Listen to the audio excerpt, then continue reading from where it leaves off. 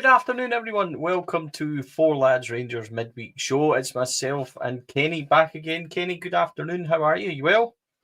I'm not bad at all, mate. Hope you've had a good day to yourself. Mate, how was your Tuesday evening? How did you enjoy it? We were live podding. How did you get on? Yeah, I seen that you were on with Scott from Club at 22. I seen a wee clip of it. It was quite funny, mate. I had a thoroughly entertaining evening, actually. I don't do Twitter very often, but I took to having a wee look through that, and yeah, a wee bit of a meltdown else in other places, mate, and it's quite funny. It was indeed. Rangers, of course, Scotland's sole representative in the Champions League. If you think I'm going to use that just for the next few hours, you're absolutely right, because I don't think Kenny and I hold much hope. I would love to see tonight, Kenny, just a wee bit of progress, a better performance, a better setup, a more mature performance in places. I think tonight is a huge ask against Brugge, who are a good side, but more importantly, a settled side, which is something that we are not and not yet ready for. What is your thoughts ahead of the game tonight? Yeah, it's a tough one. It's a very difficult game going over there, even if the scores were tied. But we're 2 goals down. So first thing I would say right away is you need to score first, Stevie. That'll get your foothold in the game. We need to defend properly, which we certainly didn't do in the first half last week. And it's just one of those games. It's Russell Martin said all the right things. We're going there to attack. The tie's not over. And it would be incredibly funny if we managed to get through this tie tonight, Stevie. Maybe we've just been saving up all our attacks and all our attempts on goal just for tonight. That might be it. Of course, there is, again, Kenny, leaks about the team. We don't know how true it is. This has been going on now since the start of the season. The thing with that is that some of them are right and some of them are wrong, but it is being rumoured to be Butland in goals, Makoma, Jiga, Suter and Tavernier, Rothwell, Cameron, Asgard, Ant-Man, Gassama and Danilo. I'm not sure on that. Obviously, there would be no Max Aarons at the back and James Tavernier would get a start, which is probably right, given how Tav came on and performed on Sunday and given the fact that Max Aarons has been a wee bit out of it. We'll talk about that first of all. Max Aarons hasn't really clicked so far. I know he didn't get a lot of game time last year. I think he only played 4 times on loan for Valencia, but he's not really hit the ground running. James Tavernier, there's been ongoing rumours of him having issues with Russell Martin. We do know that the story that he had to go at Russell Martin on Sunday after the game is false. What do we think of Tab potentially coming in and starting tonight? Again, this is a tough one to call because, you know, when a manager or a head coach brings in a right back with Premier League experience, you're kind of expecting him to start, particularly in the big games. And Max Aarons has started the majority of the big games, but he's not been good. You can't kind of really kind of sugarcoat that at all, mate. He's been quite lightweight. He's been very safe, and you know, when you look at Sunday's game over at St Mirren there, when Tavernier did come on, he did make a difference. I mean, there was no doubt he made a difference. So I'm just a believer that you play your best players, and if he feels that Tavernier's the right option tonight, you couldn't really fault that. But there's all sorts of rumours going on at the minute, as you know, about James Tavernier. But tonight, if he's there and he's playing, then good luck to him, because he has the experience of going away from home in Europe, and that Max Aarons doesn't have, effectively. So for me, it's just one of those situations where if Max Aarons had started pretty well in his Rangers career, he would be starting tonight, but he hasn't. So he has got that decision to make, Stevie. Yeah, undoubtedly. Big thanks to GR986 and to Kimberly Neal, who have gifted some Four Lads of the Dream Rangers podcast memberships. Thank you for that, guys. Yeah, I mean, there's a lot of discussion over James Tavernier. What I would say, folks, is that last week, Nico Raskin was a hot topic of conversation. Apparently, he'd asked for a transfer, everything else. That wasn't true. I'm not Again, James Tavernier supposedly having a go at the manager on Sunday in Paisley. Not true. I'm very reluctant, Kenny, to go with any rumours or anything at the moment. It's based from our point of view that we just discuss on what we know with regards to players and stuff like that. Yeah, look, it's probably different when we're talking about teams and things, but we're coming on to preview Bruges anyway. So I think that's kind of different. But the midfield tonight is interesting. This midfield hasn't worked no matter what he's done. I think I heard on Blair said it, I think on the Rangers Review on Monday morning, this was the fifth different midfield combination in 6 games or something that he tried. Well, tonight is allegedly Rothwell, Asgard, and Cameron. So that is an interesting formation in that you would think, or it's clear that Nico Raskin would drop out. There's clearly an issue with Nico Raskin. He's clearly, in the eyes of the manager, not doing what he's told, or he's not performing the way he might want to. If he's not in tonight, I think we can read into that probably, which we don't want to do, but it's conclusions are going to be made if Nico Raskin doesn't play tonight. Yeah, and if I'm being honest there, that midfield won't work either. I don't think it's got the pace about it to cope with that Bruges midfield anyway. I don't think it's got the kind of physique to deal with it either. So it's a difficult one because for me, it doesn't matter what kind of personnel he's put in there. It's the shape of that midfield that's not working. There's the 2 number 8s are going too wide for me, and it's just leaving a massive gap for 1 number 6 to try and cover a lot of space, and it doesn't work. So it'll be interesting. If I was Russell Martin tonight, I would show that midfield right up. Actually, I would actually make sure that we've got more of the ball than we perhaps would expect if it's that midfield. Hold on a wee minute here. You're saying that you wouldn't play your central midfielders in wide positions and leave one on his own, marooned in there all on his own? What madness is this, Kenny? Sorcery it is, mate. Sorcery. Just play guys in their own natural positions. It kind of tends to work, I think. But look, it is one of those things, Stevie, that it's been a major issue, hasn't it, since the start of the season, is our midfield. Because if you're looking at it, and being realistic, Rothwell had a cracking season last season. Diamande had a decent season. Lyle Cameron had a decent season. And none of them have particularly played well so far. So whose fault's that? Yeah, it is. Look, I think that's telling. Tonight we're going into a massive game, and the midfield of last season, Raskin, Barron, and Diamande are nowhere to be seen. We do have an issue with Joe Rothwell. He said it himself, he's not playing well. I think that's clear. He looks unfit, dare I say it. He doesn't look great on the ball. We need more. He's not mobile enough. But positionally, I think the manager fancies him more than he does anywhere else because he's a natural, or he likes to think he's a natural 6 and playing in there. Maybe he's a bit more disciplined, but he's not performed so far. I think we got a decent performance out of him at Panathinaikos at home, and I went as far that night to say that he was man of the match, and I think he was. But since then, we've not seen it from Joe Rothwell at all, and he's going to have to click in at some point, especially on a night like tonight, because I don't think he's been mobile enough, Kenny. And we've got, depending on if it's Asgard and Cameron in with him, Cameron will put in a shift, we know that, but I think Asgard might be a kind of luxury that will sit and hope to link up and stuff like that. I don't really know if he's going to be able to do that. So we're certainly going to find out tonight, but it's a hell of an ask for Joe Rothwell, who's not been on form. Yeah, and he's not been able to last 90 minutes at all. Yeah, I don't think, has he? And that is a concern. Now, whether he's carrying an knock or something like that and he's playing through it, I don't know.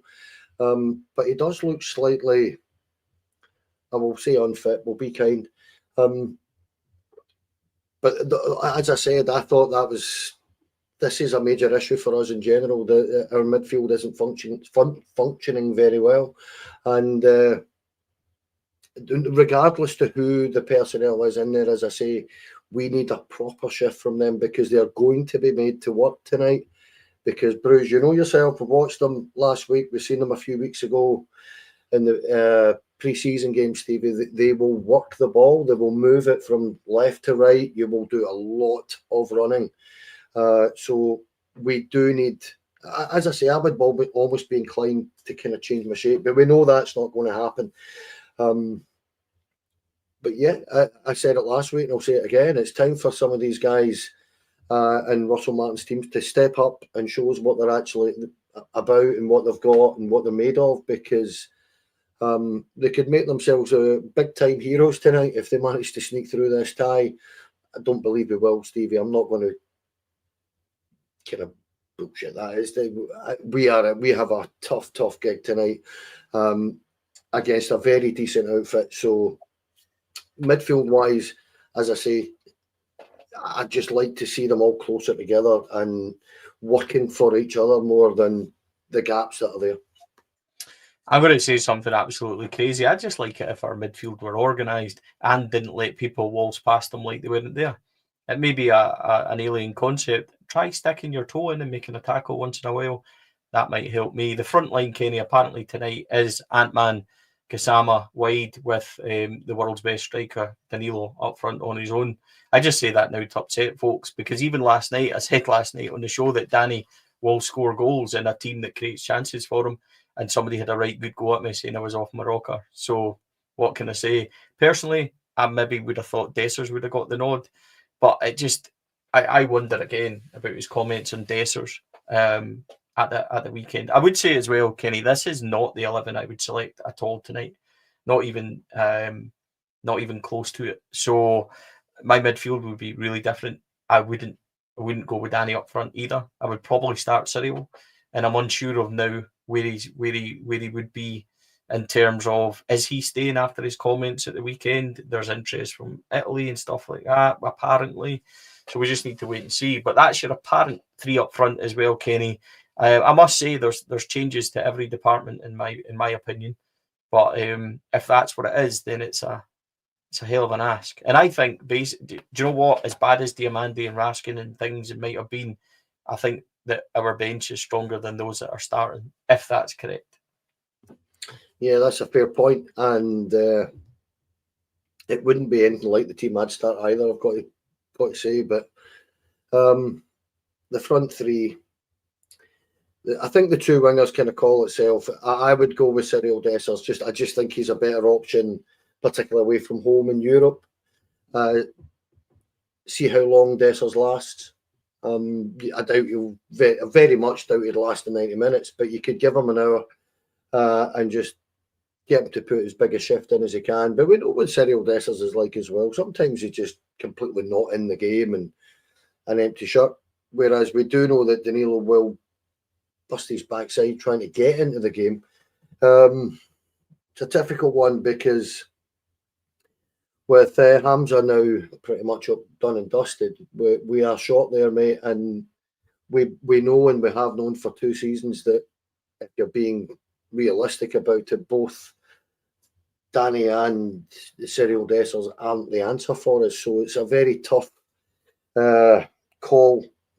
But I think I would probably be inclined to agree with you. I would go with Dessers.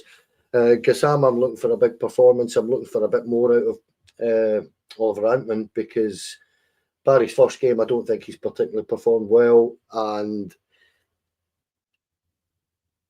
I don't know if this is the game that he might get the space that he wants to run into, but he wants to cut inside all the time, as we know. But we'll see how we do, Stevie, because as I say, I would expect us not to have huge amounts of the ball. I think they'll probably dictate a lot of the play.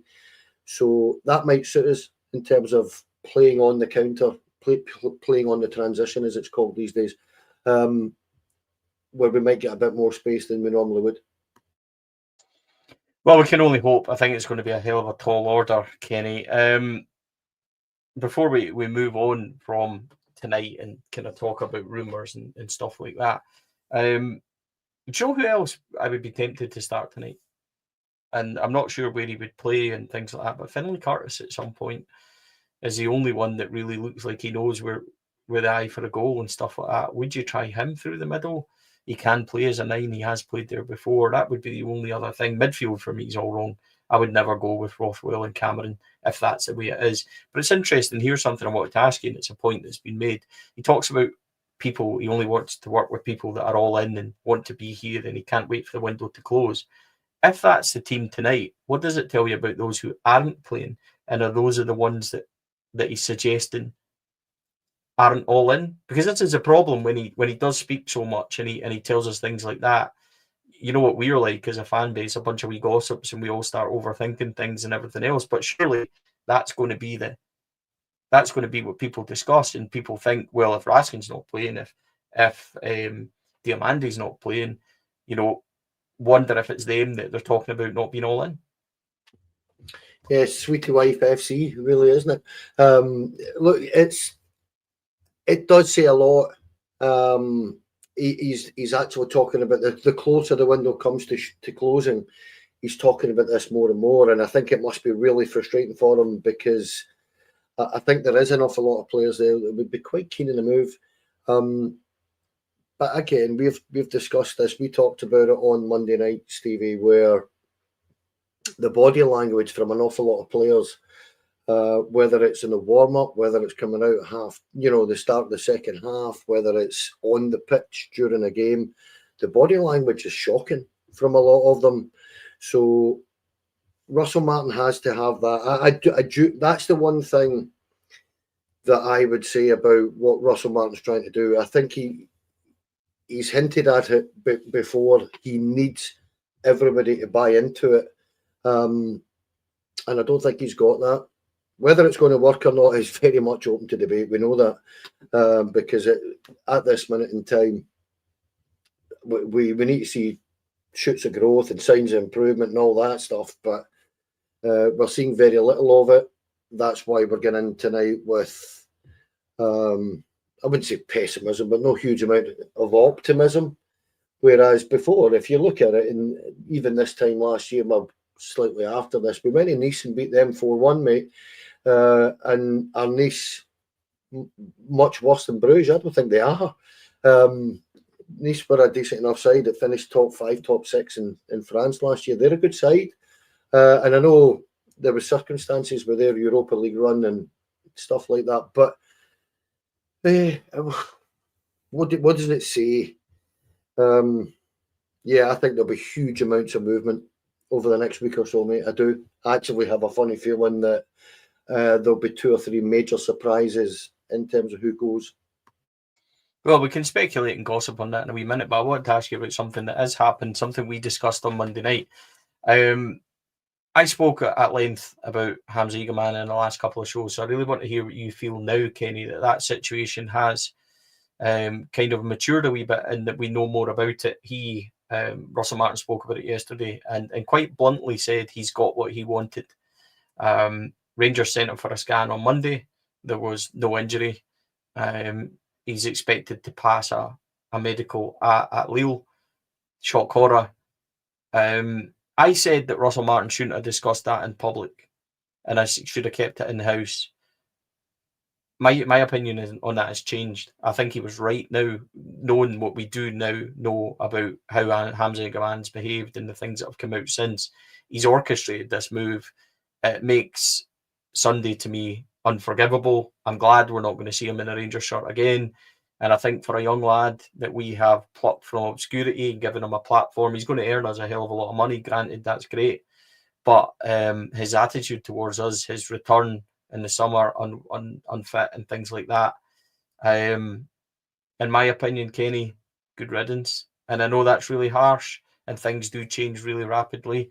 I'm more tending to agree that Russell Martin dealt with this well, and he's probably right to tell us. Whether or not we still think it's deflecting away from what went on, maybe it is. Maybe there's a bit of that. But maybe he was just quite rightly pissed off at the fact that he had a player that he wanted to bring on and showed him that attitude. And maybe he was too honest. Maybe he was hurt and a wee bit emotional from it all.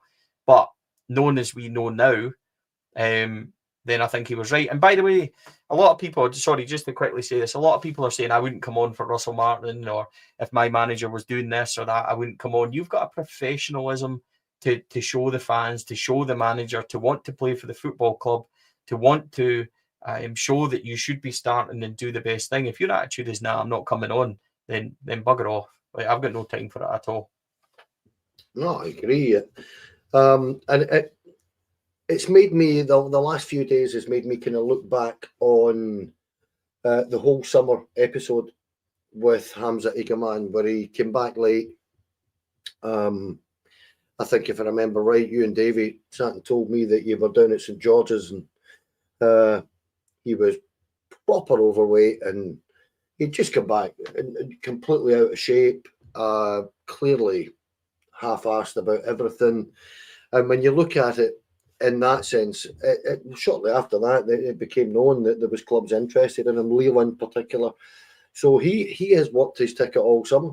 That's the kind of way you need to look at it and see it, that he has coerced this situation, manipulated the situation to his own needs, where it didn't need to be that way. He could have turned around and said, I'm desperate for that move, but tell his agent, Leo, this is what Rangers want.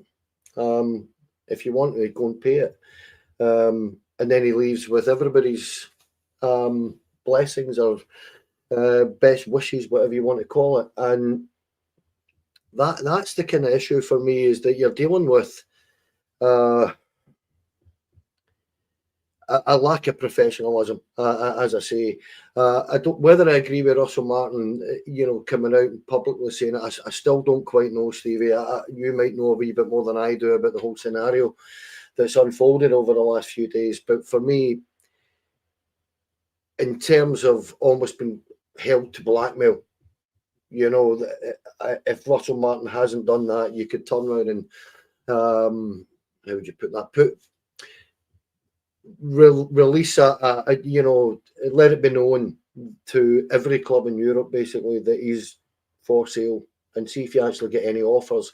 And then you could turn around and say, if you get what you're looking for, then Leo have to match it or he's not going there. Whether that works or not, and maybe I'm naive and it doesn't work that way these days, mate, I don't know, but that's what I would have looked at. But yeah, I would not normally always say about a football player that leaves their football club, good luck to you and I hope you have a cracking career, but I couldn't give two hoots what happens to him from here. I think the way he's behaved is pretty pathetic, actually. Yeah, I have to agree. I did find it interesting, Kenny, that apparently there's a £10.4 million release clause which suddenly has appeared out of nowhere. Forgive me if I'm a little bit sceptical with that one. It looks more like to me that they went, this guy, and it was interesting that he said he's not been in the building and stuff like that. I think basically after Sunday they just went, you're done, don't return, get your move to Lille. They went back to the table with Lille, and it's weird as well how Lille have went from apparent loan move to 10.5 million with no in between. That's like how Martin Bain used to negotiate, and a lot of it doesn't make sense for me. So I'm a bit sceptical about how all of a sudden there's a brand new release clause that nobody knew about, but it is £10.5 million, we're led to believe. And that's really all we know. There hasn't been much else said. With that money, Kenny, the money in for Jeffy, which was the best part of £6.5 million. We got money in for Red Van in the best part of £2.5 million. We got money in for Robin Proper. We've taken in a hell of a lot of money, almost 20 million. We've not spent that going out yet. We've got now 5 or 6 days to the close of the window. Rangers need quality, especially in the spine of the team, which is weak. We just named that apparent leaked team, and the spine of it is horrendously weak when you look right down that middle. We need some quality in before the weekend. Now, Miovski, reported this morning by Sky Sports, is now in direct discussions with Rangers after being given a permission by Girona to talk to us, which means that we've probably got a deal done with them in principle about how we want to go. We've spoke about the nines, we'll come to that, but Christ, we need a centre half. We probably need somebody else in midfield urgently quick. We need a left back, probably need a right back if things are as bad as what the rumours are with Tav, which I'm not sure they are, but there's a hell of a lot to be done. You said you think that there's surprising things might happen. How do you see the close of this window going? Well, if you look back at the start of the window, we all kind of thought that either Nico Rascott or Hamza Igamane would go, one or the other. If if this rumour of Nico Raskin not being in this team tonight is true, don't be surprised if he's another one that has is for the off. Put it that way. And I'm not saying he is. I have absolutely no idea before anybody jumps on that. I just don't know. But don't be surprised if we get an offer that we just look at and say it's too good to refuse. Mo Diamandi's another one that there's been a little bit of interest about. But for me, James Tavernier's another one. You just never know. He might get an offer from Saudi where he's getting 70 grand a week. You don't know these things. It's players in now for me that are actually important. We need a left-sided centre-back desperately. Like a proper good centre-half. A proper experienced centre-half that knows what they're doing, that can lead a line, a back four. We need another left back, if you're being honest. We need at least one centre forward. We probably need somebody else on the right hand side, the right wing. So there's a lot to cover. Huge amounts if you look at it. And I'll tell you what though, Stevie, if you actually look at that and say we did get all of everything that I've just mentioned. I don't want to say what a window, because we've heard that before, but you know what I mean. That would actually be, in terms of the comings and goings, would be some amount of turnover, wouldn't it? So for me, it's kind of again, as I say, I'm going to kind of hark back to that. You can see Russell Martin's frustrations now beginning to really take hold, where he's not been particularly capable of getting results, with an obvious amount of upheaval in the dressing room that he's telling us about. So I think there must be plenty going on behind the scenes, Stevie, that he is now becoming, well, just get it done, please, in his head. Yeah, certainly.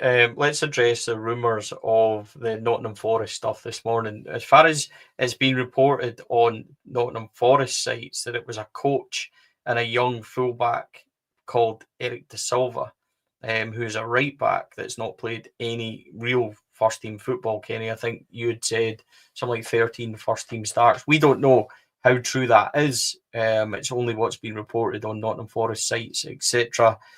Kenny, if we're bringing in another right back and we've already signed Max Aarons and we already have James Tavernier and Dujon Sterling, who will be returning in October, September, late September, October time. He's due back on the grass very soon to start his running and rehab. What does that tell you about the right back position? Is he going to be one for the future, which I'm not sure if they sent him out to St. Pauli on loan? Are we taking a right back on loan?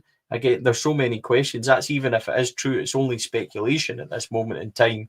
We don't know where that is or if it's even got a validity to it. I remember a couple of weeks ago, the young fella that was pictured, and there was loads of speculation about who it could be, and it turned out to be a young 15-year-old lad who'd signed for the youths.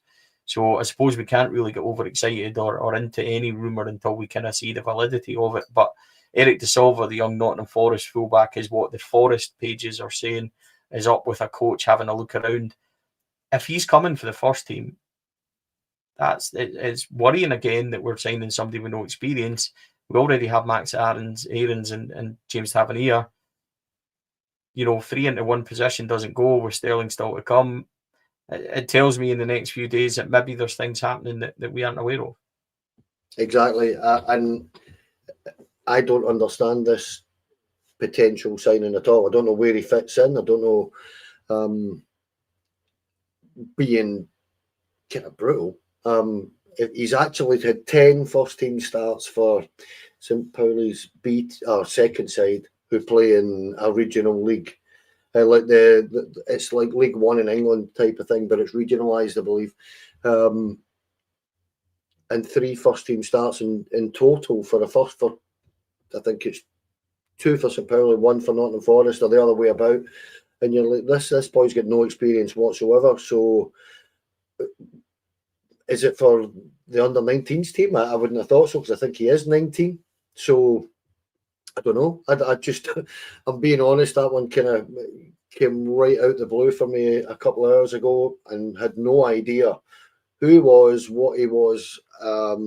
actually seen a picture of him on, I think it was Twitter, wandering up towards Edmiston House. That was all I seen. But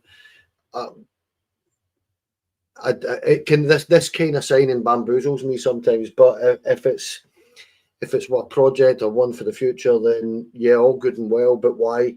Because I don't understand it. That's where I am with it, Stevie. I genuinely don't understand that kind of signing at all. And as you say, I think when you've got Max Aarons there, I know he's not played a lot last season, but if he gets up to speed, he is a good player. I've watched enough of him to know that he's a good player. Dujon Sterling is there. Tavernier's there. Tavernier's got a year left on a high wage, so we don't need 4 right back, Stevie. So what we're doing, I don't know. In all honesty, I genuinely don't get that at all. No, and we don't even know how true it is, rumour-wise. We'll talk about something we broke last night. It got interrupted because a certain result came in right as we were discussing it, and then our composure and professionalism kind of went out the window. But Nadim Bayrami is deep in talks with Sevilla about a potential loan move, and Oscar Cortes is talking to a team in Portugal about a loan move. We don't know who that is at this moment in time. Joshua Barry of the Rangers Reviews also reported the same. These are not done deals or anything, Kenny, but this is interest in 2 of our players that aren't going to be part of the squad. I think we've seen that. Oscar Cortes was pretty much bombed out by Barry Ferguson. As soon as he spoke about him in the press the way he did, you kind of thought, well, he's done.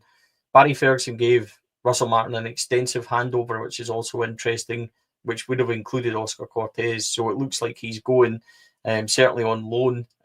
These are 2 moves, Kenny. It doesn't really impact the squad, but it's probably good moves for the club in terms of getting their wages off and seeing if there's ways that we can try and recoup some money for them. We're not going to get 4 million back for Oscar Cortes. If Kevin Thelwell manages to do that, then there's a genius in there somewhere. But I would hope that we would get the 3 million odd for Bayrami that we paid, that's for sure, because he is worth it. He just hasn't settled here and has he looked interested. But again, it should free up money and room in this squad to go and get proper experience and proper players that we're going to need before the end of this window.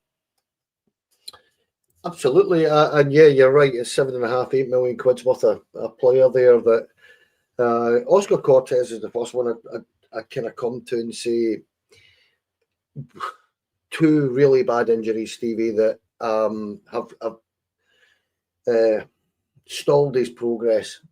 When he first got here, the first 3 or 4 or 5 games, he looked pretty decent. He looked a good prospect. Going out on loan to a better climate, where it might well work a lot better for him for a year's loan, and he comes back and he might well be a different player. He might well get up to speed and up to fitness. I think it's very difficult, and I feel sorry for Oscar Cortes because he's had him at what was it, right back and all sorts of crazy positions that I just don't feel is very fair on him. We need to remember that he's a young boy that has had a tough period in his personal life as well. So, good luck to him if that actually comes off and we put him out on loan for the season, because I think it would help him and his progress. Bayrami's one of those players. He's got that kind of. I quite like Bayrami oddly as a player, but he doesn't give you enough. And he reminds me, and he's not. Before MD jumps down my throat again here, he's not in the same class as this, but he reminds me of Alexei Mikhailichenko, who always looked half bothered, didn't care, just didn't care. And Bayrami's got that look about him as well. And he's not in the same class as Mikhailichenko. I'm not saying he is at all, but he's got that kind of style about him that he just doesn't seem bothered to get himself involved in the game an awful lot. But I like him. You see, even, I know it's only Alloa, but you see the goal he scores last week or the week before. It's a peach. It's an absolute perler. And it's a wonderful strike. And it's, it's in from the minute it leaves his boot. And he's capable. Whether he's good enough to go and play at that level, and I know he's played in the Serie A, but if, you know, Sevilla will be looking to try and get into the European places and stuff like that. That's if he was to get that move, that would be some move for him, to be fair. So if we could get our money back, you know, that would be fantastic. And as I say, if you could get that, yeah, Stephen, you're right. If we could get our money back and get Oscar Cortez out on loan for the season, you're right. We're not going to miss them in terms of where the squad is at this minute in time, Stevie. On Alexei Mikhailichenko, it reminds me of one of my favourite stories. Archie Knox told it at a live night I was hosting. Everybody was kind of warming up after they had come in back into the dressing room. They do some ball work and kind of do like a mini warm up just in the 10 minutes before they go into the tunnel. And Walter said to Archie, going to say to Miko, go and get warmed up. So Archie Knox said to Mikhailichenko, can you join in, like get warm? And so he went over to the hairdryer and started like blowing it on himself and went, I am warm, I am ready to go. And that was big Mikhailichenko for you. But that was back in the early days of the 90s. I loved Mikhailichenko, scored a couple at Parkhead, scored against Hibs, an absolute beauty on I think it was the 7th in a row. Final kind of flag day against Hibs. He spent all that. Sorry, mate. Durant and Michael O'Neill scored an absolute beauty. The Northern Ireland boss, I think he is now, scored a beauty for Hibs. But what I like Big Miko, but he had such a way about him, didn't he? He spent all that time playing on the left-hand side or getting pushed out of position, and then in his very final game, we stuck him in centre mid. Remember that? I'm sure it was at Falkirk, and he scored twice, and he was absolutely dynamite. Do you remember that? I remember Hoostra scoring a couple of times at Brockville before he left. He went to Japan, and Hoostra scored. I can't remember Mikhailichenko. I'm sure Mikhailichenko played centre mid. It might not have been Falkirk. You might be right. I might be getting the two stories mixed up, but he was absolutely tremendous in his final game. We put him in his natural position because he played for the CIS, if you remember, in there. And he was tremendous in centre mid at international level. But we had such a plethora of top class players that he couldn't get anywhere near the centre midfield. So it was kind of nuts. The glory days. The glory days indeed. Kenny, we'll be back tonight. We'll do a post match after Bruges. We can only hope that things get better on the pitch. We knew that it wasn't going to be plain sailing, but we did hope for more than what we've seen realistically tonight as we kind of go back to tonight just slightly. We are looking for an uplift in performance. I don't think we're going to get a result tonight. I think it's too big an ask. I would love to go and see a score first and just to see what would happen. We did at least pressure them in the second half. They took their foot off it quite a bit. We just need to, I suppose we just need to wait and see. But I think, I don't like using the word entitled because we're not entitled to anything really. But I would like to think that the players are going to start getting it soon and being able to put in bigger performances, especially something ahead of Sunday, which, by the way, is really interesting because while they have their wee mini meltdown on the other side of the city after last night, which has been coming, by the way, because they're not happy at their spend and everything else. If we could go and beat them at the weekend, the whole dynamic changes very quickly, and all of a sudden it's them that are having the reaction that we're having at this moment in time. So from nowhere, Rangers have got the chance over the next few days to do something and kind of flip it. As I said, I don't expect a result tonight. Nobody's naive enough, but I do want to start seeing signs of progression, signs of better performances. At least make it difficult. Don't hand goals out the way we've been handing them out like sweeties recently. Go and create chances. Go and have shots on goal. Remember them things, shots on goals, like people when they kick it at the white things. Make it enjoyable. You know what I mean? Go and have a go and see where it takes us. I know that's alien concept, but you know, is it too much to ask? Maybe it is. Talking foreign languages to me here, mate. I don't understand what you mean. Look, yes, I agree with you. I don't think we are capable of going there and beating them by 2 goals or 3 goals. I don't think we are. However, I'll tell you something for nothing. If we were to turn around and do that and then go and beat them at the weekend, what a week that would be. And as you say, the whole dynamic in Scottish football just changes like that with 2 games of football. On the other hand, we could lose both and we go into the depths and we're back to where we were a few days ago, because it is quite sad. And I don't want to sit there and talk about them at all, but it's been the one shining light this week, isn't it? Is that watching them, and I don't care if they get through or not. I actually don't care about that. I actually kind of more enjoy their meltdowns than anything else, Stevie, because they're all moaning at their board for not spending money, and then you look at the wages they pay in comparison to the team that they've just been knocked out by, and you're like, well, you can't blame your board for that, surely. I mean, I don't know. I just don't get it. I just think, well, you've got more than enough about you. This team had the same amount of coefficient points as St Johnstone, for goodness sake. You can't. I don't know. Anyway, that's them. For me, more than anything else, Stevie, what I need is progress. I want to see progress. I want to see us have a go tonight, actually, because it is one of those things, Stevie, that if we do score first, and you get a proper foothold in the game, and all of a sudden you're playing well, you just never know what's going to happen. Football's a strange game sometimes. Am I being realistic about it? Yeah, I don't think we've got enough about us yet at all.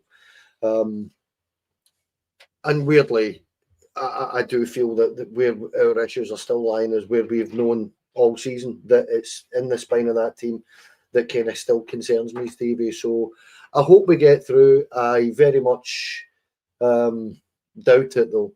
But what a laugh it will be if we come on here at 10 o'clock tonight and we're through. On here at 10 o'clock smiling. It'll break the podcast. That's not happened yet. Thanks to everybody, by the way, that's joined us this afternoon. There's almost 4,000 people watching us two baldies talk about Rangers. It's quite ridiculous, really. But the strength of the podcast at the moment is fantastic. Thank you so much to everybody. Special mention to Hands Across the Water podcast. The boys, Baz and William, will be back on with us regularly. We're hoping to make that a monthly thing. The reaction to William coming on last week has been fantastic, so we're really looking forward to getting Baz and William back on. It's nice to have a different voice at times as well, and that accent and the way that he swears is quite a joy to behold. Honestly, thank you so much for everybody that's joined us. Let's look forward to hopefully tonight's game as much as possible, at least until it kicks off, and then we can all see how it's going. We really enjoyed speaking to you, Kenny. Thank you as always, mate. No, not at all. Enjoyed that. And as I say, I wouldn't say I'm overly excited, but I'm quite looking forward to the game tonight. And bring your A game, Rangers. You just never know what's going to happen. And what an absolute achievement it would be if we managed to sneak through. And it would just, as I say, tip the scales in terms of momentum a little bit. And you should, though, mate. You should. Yeah, thanks for that tonight today, Stevie. We've sat there and tried to organise this all day, haven't we? What time we're going to go, and it's been a tough one, but we've got it sorted and done. Yeah, we have indeed. We'll be back at full time tonight, folks. So I hope you all have a great Wednesday. Hopefully Rangers do the business tonight. Good luck to the team and the manager and everybody involved at the club. Just give us something, please. You know what I mean? It's a hell of an ask, but at least make us proud. That's the minimum that we hope for. That's for sure. Before we go, huge thank you to our sponsors, Rhino Express, Clivey Joinery, Affluent Industrial Solutions, CSD Air Conditioning, all the guys. Thank you so much. Black Rooster, our partners and Art of Gold. We really appreciate all your support and everything everybody does for us that make us able to do this. Yeah, and that is it ahead of tonight. Let's hope we give it a real good go. We'll be back. We'll do the post-match and we'll see how it all goes. I don't think there'll be as many smiles, but we can only hope. Good luck to Rangers. Guys, have a good Wednesday. Take care, and we will see you all soon.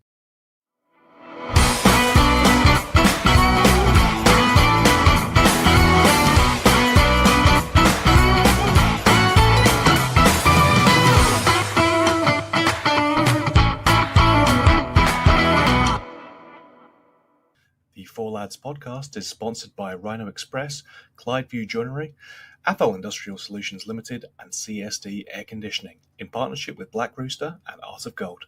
Thank you for listening to or watching the podcast. We hope you've enjoyed the show.